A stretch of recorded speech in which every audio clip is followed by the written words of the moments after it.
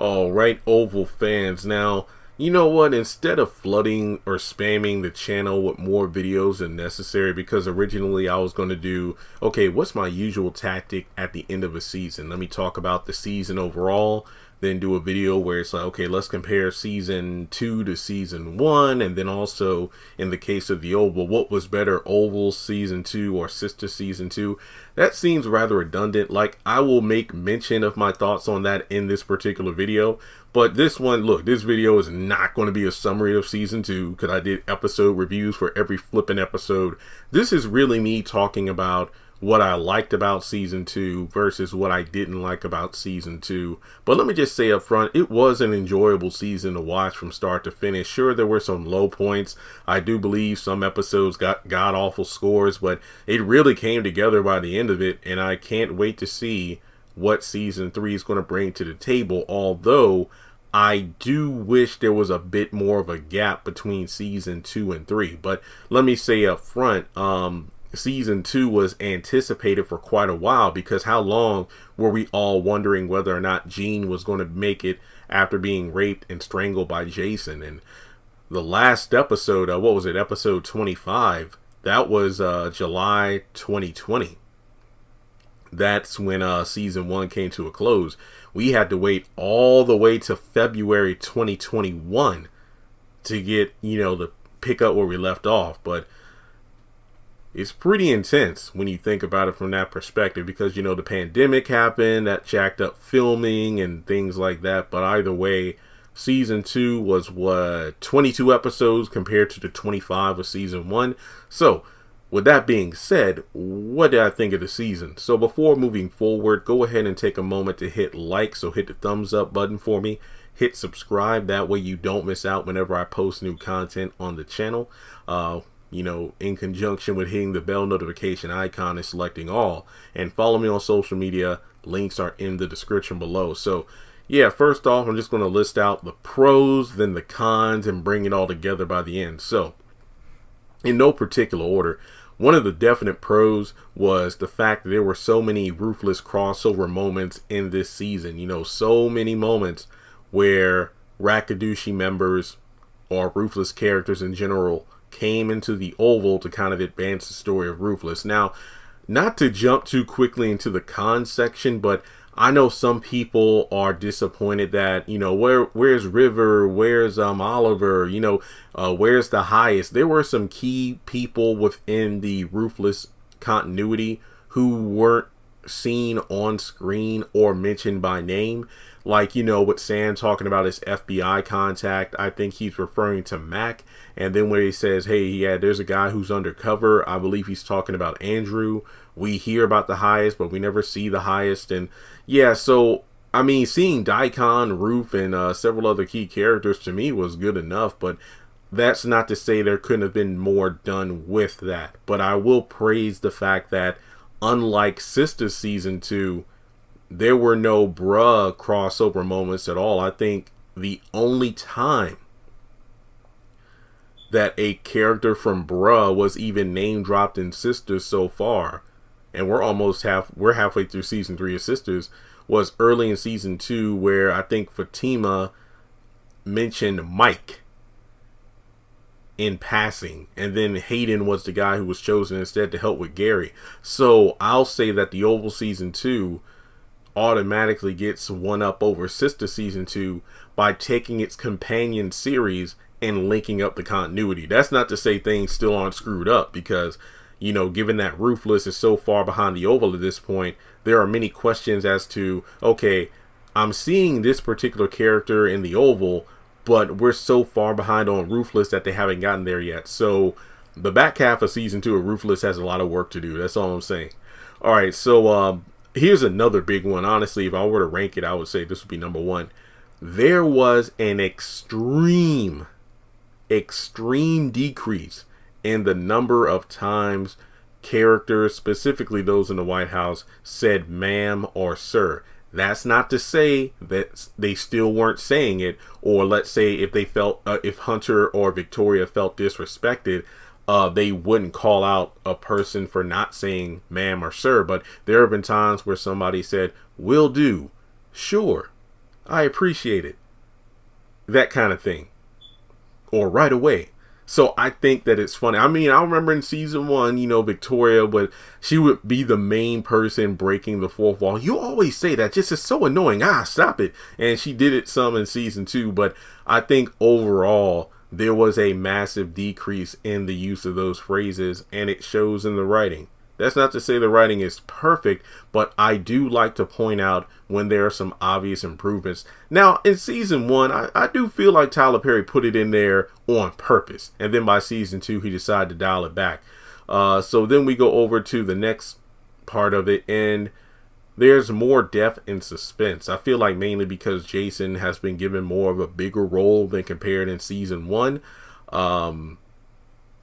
We were able to see more of his character. Not to mention, without Gale around, you had to do something with Jason. And the thing about season 2, the creepy yet intriguing part of season 2 is, what was Jason going to do next? And, from there we had like Miss Laura, Greg, Jean's death being confirmed, Diane, and, so many other characters who were being killed off, and Maude left and right. So you never really knew who was going to be the next person to fall. So I just feel at this point that we're really able to look at the Oval through the eyes of viewers who really want to see what's going to happen in the next episode. Then we go over to, I want to list this as a pro, but I do feel like it was really shoehorned in. The fact that we met Victoria's dad finally in one of the best scenes of this series, so far. But we meet him at the end of season 2, and he's literally I'm not going to say but he's in his deathbed. And it's like, when you look at season 1, even though it wasn't Bill Duke on the phone doing the voiceover when he called the Oval or the White House, it's just like, wow, to have him go from, this strong, intimidating figure on the phone to, hey, I'm almost dying. It's like, but it was season 1, and I understand season 1 is the establishing season, and that's not to say certain things couldn't be tweaked as the series goes on, but I really do wish we could have had a scene between him and Maude. That would have been great. And he really laid out the foundation of what's going to happen in season 3. So just a one-up over the haves and the have-nots, where we actually meet the parents of some of the main characters, unlike Veronica, unlike David, or even Jim. Well, even though I think David's parents were both dead. But you know what I mean? Like, basically, if there's a main character with living relatives who help shape the person into the person they are today, it would be great to see them for context and character development.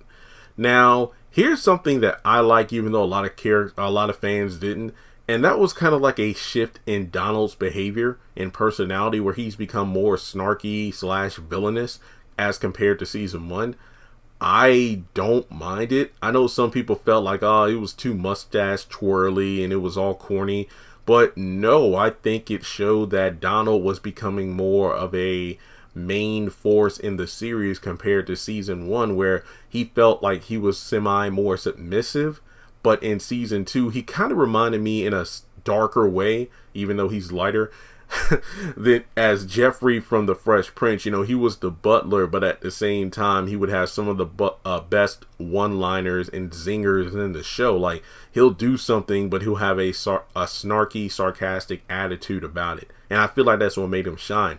Now, I do think the main thing that pissed me off was Donald's ridiculous jealousy of Dale and wanting him terminated. Come on now. But other than that, one has to wonder, okay, back in season 1, it felt like maybe Kyle was the mole, the one who was leaking things to Veronica's parents, but now it's like maybe it's Donald.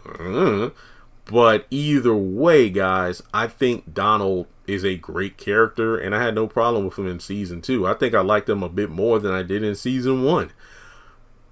Next up, one of the major issues that people pointed out in season 1, which I feel definitely improved in season 2, Barry's acting. That's not to say I love the character, but I feel like Tyler wrote and directed Vaughn's performance in a better way than season 1.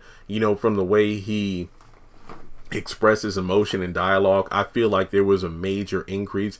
That's not to say I could have done without the rash, explosive, hot-headed Barry we've got several times this season. But I will say overall, I think I like Barry a bit more in season 2 than I did in season 1. Or at the very least, just give Barry some more calm moments. Like towards the end of season 1, if I'm not mistaken, where he would just have conversations with his dad about forgiving his mom and everything. Those scenes were great because it was just quiet scenes and it was like a level-headed Barry talking. And I saw Vaughn in other projects and the man can act. It's just that in season 1, I don't think it was good direction or good writing for the character. And then the whole doing things in one take, it really doesn't, help the situation. But I do think his acting was very much improved in season 2.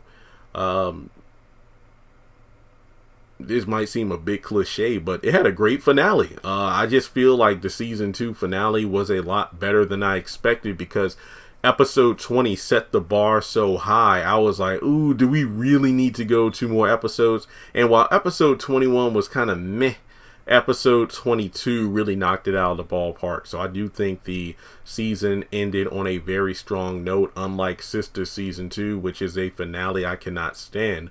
And also, going back to episode 1, I do think that, the show did a great job of picking up where they left off. Sure, they recast the actress who played Laura, but either way, she didn't have that much of a role aside from having that, panic attack, heart attack, and then eventually being killed off.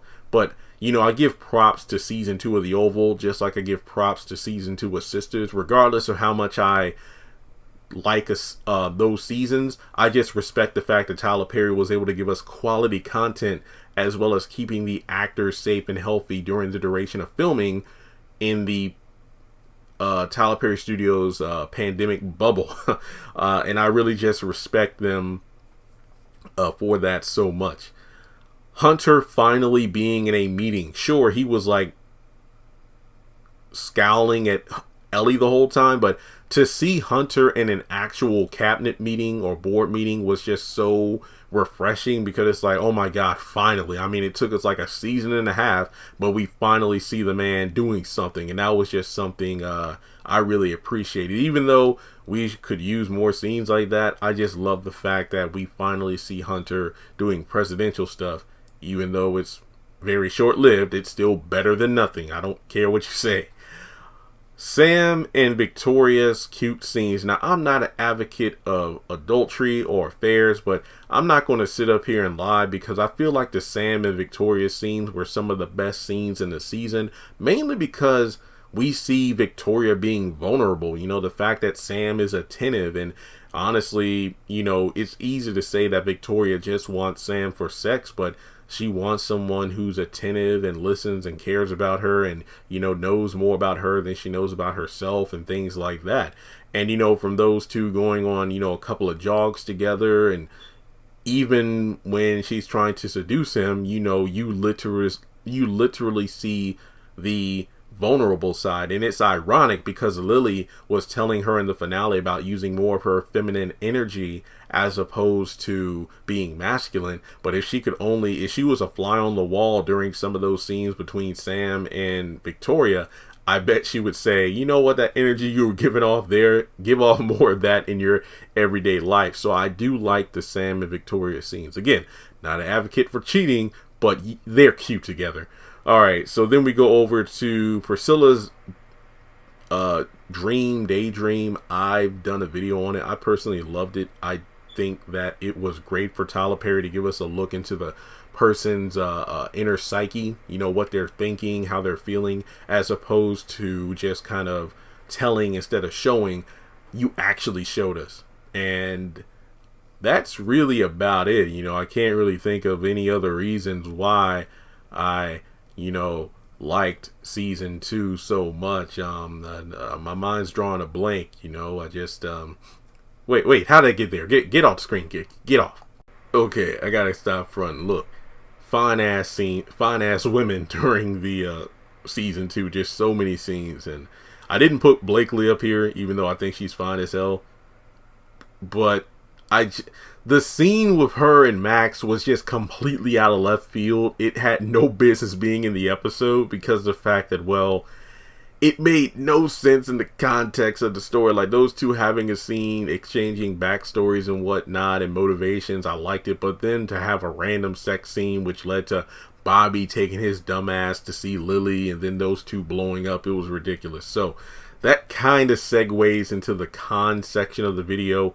And trust and believe, the con section is kind of lengthy, just like the pros were. But overall, most of these things I've talked about in other videos, in recent videos, so it shouldn't come to no surprise. So just know that for every yin, there's a yang. Whenever there's good, there's bad. But don't think the con section, no matter how long it is, means I didn't love or at least thoroughly enjoy this season as a whole. So I think the first thing I want to talk about, it kind of like in part one of the pros, I talked about how I didn't mind Donald's character shift, whereas a lot of fans didn't like it.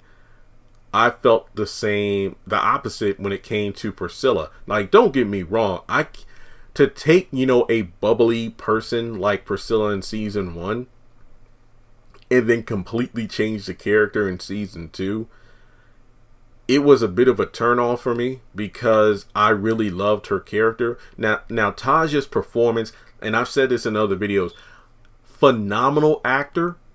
I have no problem with the performance. It's the persona or the personality of the character that's my main issue. It's the fact that, well, she really didn't give Sam the benefit of the doubt. Not to mention the fact that there's so much being placed on Sam, but not really reflecting on her and what she did wrong. And I know it's like, well, she didn't have sex, and even Martin is like, wait, you banged the first lady just because your wife wouldn't have sex? Well, it's like, I know that's kind of a petty reason, but at the end of the day, I feel like there was a severe lack of communication where Priscilla was more likely to listen and help out those around her. Basically everybody but her husband. Go back to season 1. Plenty of scenes where Sam just wanted a little bit of intimacy, but Priscilla wasn't giving it up.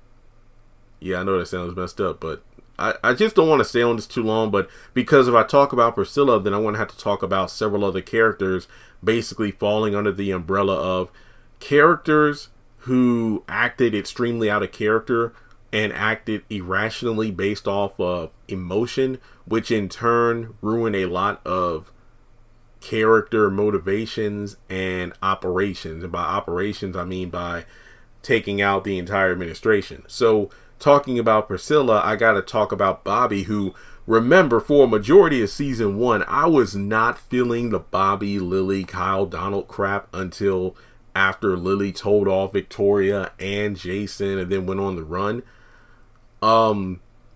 Because Bobby was like a man of mystery and whatnot, but now it's like he has his heart not just on his sleeve, but I feel like his heart is tattooed all over his body. It's like, Jeremy, how does that make sense? Well, it makes as much sense as Bobby's writing in season 2. Like, I think for me, one of the biggest things I hated is like when Bobby stopped Max from killing Kyle, but then what was it, either the very next episode or something, or right before that, he broke into Donald's home and had a gun pointed at the back of Donald's head because he was worried about Lily. And he would have taken the shot had Lily not, played it off and made it like her and Donald were okay. Because if Max were there, yeah, he would have stopped Bobby from doing something idiotic. So how in the hell did Bobby think it was a good idea for Max not to kill Kyle in that moment? Because now Kyle done abducted Max's son. And if Bobby has anything to say about it, like if Max wants to do something to get his son back and Bobby tries to stop him, dear Lord, just no. Bobby simping ain't pimping. That's all I'm saying. You've made so many mistakes this season that I cannot even fathom everything you've done wrong and not be enraged by putting it out there in this video. But that also kind of blends into Diane, who was an epic character in season 1. Yeah, she was a bit of a hard ass, especially before we knew Ellie's true intentions. When we were first introduced to Ellie, she was like, a young, I guess you could say, press secretary in training. And Diane was just really strict with her, and like we knew Hunter was coming on to her, but she wasn't coming on to him, and you kind of felt bad for her. And then Diane made that epic mic drop moment in the finale. But in season 2, yeah, she was still a badass, but then she went to the White House, learned everything that could put the administration away, and literally blabbed her plan in front of the very people she was going to screw over, and expected to make it out of the White House alive, and she didn't. So that just goes back to Tyler Perry writing, especially in shows like this, have and have nots, where you have characters who are calm, cool, collected, and literally do stupid ass stuff completely out of character, which is a dead ringer that this character is about to be written off or killed off of the show. Sheesh. I forgot to mention this in the pro section, but I love that we got a different shift of Max's character, as a person who's there for servitude and there to take care of the first family, but we really get to see different sides of his character in this season. Sure, he's a paranoid, but given everything he's gone through in the span of only a couple of days, you see why he is the way he is. So I need to throw that in the pro section.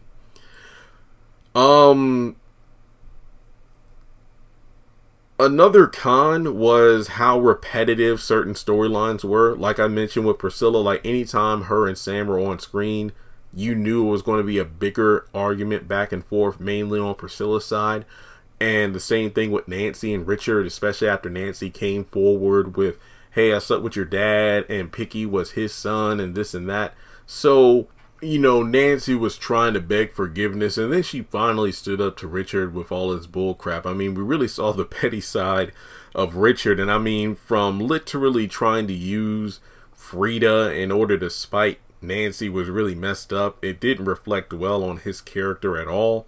But I do think that, yet again, we have some characters who allowed personal situations to impact how they dealt with certain problems, mainly Barry and the whole situation with trying to get Callie back. But I think that Nancy continues to be a character who isn't really well received by fans for multiple reasons. I think that when it comes to Nancy, the best scene of her, and I arguably think it was one of the best in the season, was when she told off Kareem for his disrespect. And that leads to another con, and that's the Sharon and Kareem stuff. I mean, a majority of the scenes I could have done without, and Kareem just continues to be a simping asshole. I mean, Sharon must have a thing for assholes. Kind of like, Andy from Sisters likes it when Gary is jealous and controlling and whatnot. And when you think about it, how different is Kareem from Barry, aside from the fact that Kareem has a job? Because I do think it was established that Barry just does freelance work, painting houses, that kind of thing. And he has a baby mama, while Barry does not. And that's about it for the most part. Other than that, their personalities, they're literally like Sour Patch Kids. You could be sweet one moment, but then sour, bitter, and an asshole the next. But I just think that their dynamic, either have Sharon move on or something else, because it's just really repetitive and dumb. And Kareem, it's one thing for him to be bitter towards Barry for obvious reasons, but to be disrespectful to his parents and everything, no, that's completely uncalled for. Then we have, let's see, the lack of Gail. Obviously, yes, I know the actress was filming Power and everything, but I feel like there should have been at least one or two scenes where we checked in on Gail, where we saw what she had to go through. That way we get an idea of what Jason might have to endure as well. I did a separate video of what Curtis might do to Jason, and I feel like that would be pretty cool. But, yeah, the fact that we really didn't get any kind of follow-up aside from Jason being worried, oh, my sister's gone and I don't know where she's at. She hasn't come back. And, a couple of times that Hunter and Victoria mentioned it in passing, but that was all. Then speaking of, well, not necessarily Gail, but another female character from season 1 that, you know, didn't reappear for obvious reasons. Jean's body double being someone who doesn't really favor Jean at all. Look, I get it. She was dead, disfigured, color of the corpse and everything, but you have a body double who is clearly much lighter than the original actress, so could have done a little better with that. Killing Maude, like seriously, to have her be killed off so quickly when she was one of the best characters, I hated that. Seriously, I mean, I like the torture thing. I really wish we could have seen what would have been like for Jason and Gail to go through what they were going through. On top of that, having Maude and Curtis on screen together. Just like Sharon and Kareem, too much Alan and Ellie in regards to their back and forth. Like, Alan let it go. The chick was using you the whole time. And it's like, yeah, you decided to move out at the end of the season, but then Jason did what he did, leading to a lot of more bitterness.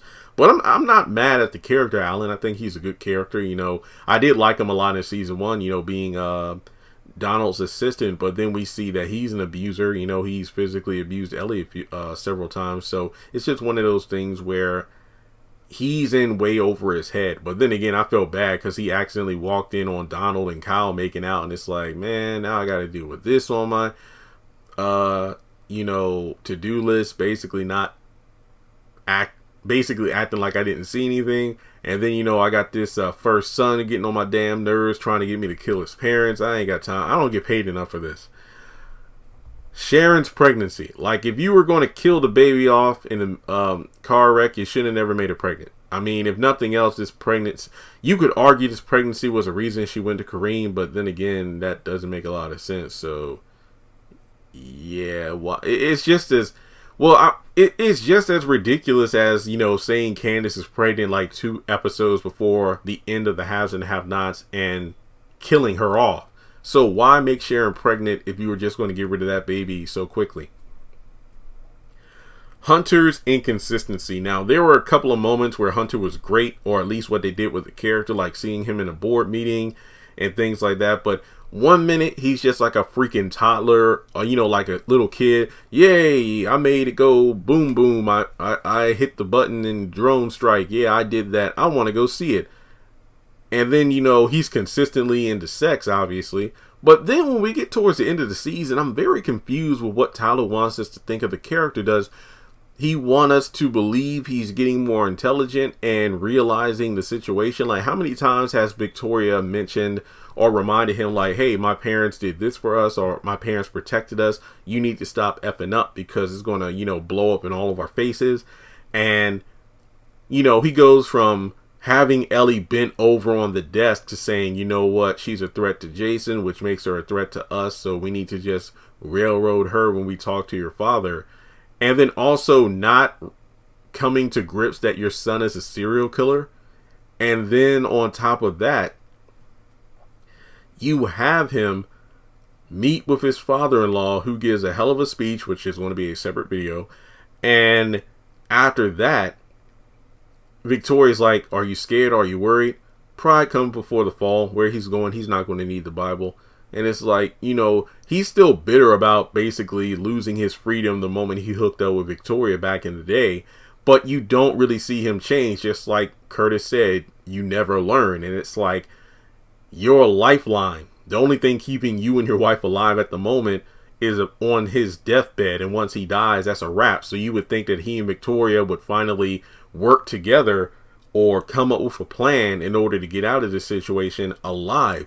Instead, you have him kind of scoffing at everything Curtis said, despite the fact before that he seemed like, okay, you know what, when we meet your dad, we need to, you know, get this thing straight. Even though that's one of the only things I didn't like about that scene, that we didn't get, you know, any Hunter or Victoria talk. It was just all Curtis. So I feel like, you know, in season 3, you really need to decide what you want to do with Hunter. Do you want to make him this white privileged goofball, or do you want him to become a more serious character? Like, you can't have him flip-flopping so many times because you really don't know what to think about him. And then we get to the final thing that was a bit of a con, and that's the fact that the ratings weren't that high compared to season 1. That's not to say they took a huge dip, but there was definitely a noticeable dip in the ratings for season 2 compared to season 1. Like in season 1, if I remember correctly, season 1 only had maybe 1 or 2 episodes below a 0.8, but every other episode was a 0.9 or above a million. Season 2 was riddled with episodes in the 0.7s and 0.8s, but not too many in the million mark. So I'm not saying the show is going to get dropped or anything like that, but I do think that just like Assisted Living, House of Pain, and even Sisters, ratings are kind of down compared to their previous seasons. So that's just something to keep an eye on for in season 3, whether or not these ratings are going to be boosted up. But overall, I enjoyed the season, the good and the bad, but would I say this was better than season 1? There were improvements in season 2 that were better than season 1. I think season 2, in my opinion, was better paced than season 1. Sure, there were some key characters missing, like I do miss my girl Jean. I'm not too mad about Gail not being there, just because kind of like how Janine and Jasmine aren't in the current season of House of Pain, Tyler was able to write around that, and make the story work even without them. Because if you think about season 1, and this is nothing against Paige or Gail, but what exactly did Gail do in season 1, aside from get Barry in trouble, trying to accuse him of sexual assault, her dynamic with Picky, and then the fact that she led to him and his crew being killed, her trying to be emancipated from the family, and just being an overall brat. And on the side, Jason barely got any time to shine, which kind of reminded me of Sandra and her brother Philip, I believe, in Assisted Living. How Philip was just kind of there while his knuckleheaded sister got more of the attention. But, we had some Jason moments, but not too many. But when we did have Jason moments, it led to something big leading into season 2. So I think for me personally, if Gail was in this season, then her and Jason, we should have got them being, dealt with by their grandparents. But now I'm wondering, of her apparently coming back in season 3, I want to see how the character is portrayed differently. And for anybody in season 3 that says, wait, Gail is nothing like she was in season 1, well, look at season 2 and the way they dealt with Priscilla and Donald and Bobby and so many other characters, like I said earlier in the video. So I would say, I think I would prefer... It depends, because both seasons had a lot of key episodes I would watch again. I think season 2, while it did some things better than season 1, there were too many characters who were dumbed down to do things they wouldn't do in season 1. I really didn't like the drastic shift. I feel like the tone of the series kind of changed. That's probably what impacted the characters. I mean, with so many people gone and people being killed around her, you can see why Priscilla's losing her shit. But I would probably pick season 2 over season 1. And when I compare season 2 of The Oval to season 2 of Sisters, season 2 of Sisters was good, but it did miss a lot of key characters like Leslie, Miss Lisa, Jasmine, who showed up at the tail end. I know Zatima fans love season 2, but I think the finale of season 2 of Sisters did a lot of damage by kind of undoing any and all development that was made through season 2, which was next to nothing. So I think the Oval season 2 came out stronger than Sisters season 2. So let me just say, Oval season 2 is better than Sisters season 2. And Oval season 2 is slightly better than season 1, but I will admit that could flip-flop depending on my mood. But I do think that season 2 overall is a strong season, despite the ratings going down. But let me know what you think. That's my thoughts on season 2 of The Oval in a nutshell. I can't wait for season 3. I just wish that we had a little bit more of a break between both seasons. Now, I'm not saying we need as long a break as we have between 1 and 2, but, I think it wouldn't have killed us to have to wait until either December or January to get season 3, but what do I know? I know I can't wait for an extended trailer for season 3. So with that being said, let me know your thoughts in the comment section below on The Oval season 2. Do you agree with my thoughts or do you disagree? And as always, if you want to donate, feel free to do so on PayPal or Cash App. Thanks so much for tuning in, guys, and I will talk to you soon.